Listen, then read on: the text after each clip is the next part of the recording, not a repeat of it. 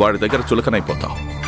అదీగాక పవిత్రని వాడి నుంచి దూరం చేసేంత వరకు నువ్వు ఆదికి దగ్గర కాలేవు.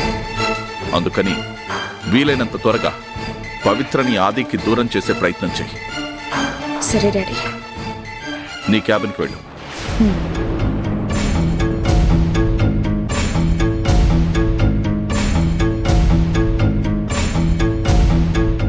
Sir 1 minute.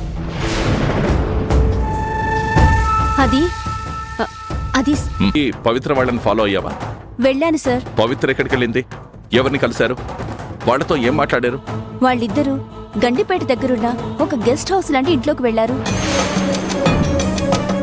కరెక్ట్గా 5 మినిట్స్లో బయటకొచ్చి వెళ్ళిపోయారు.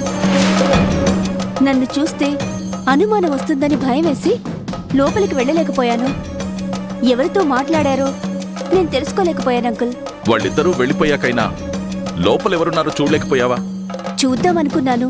పొరపాటున నన్నెవరైనా చూసి డౌట్ పడితే సమాధానం చెప్పడానికి భయం వేసి వెళ్ళలేకపోయాను.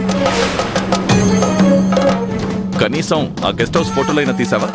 తీశాను అంకుల్. ఆ ఫోటోస్, గెస్ట్ హౌస్ లొకేషన్ మీకు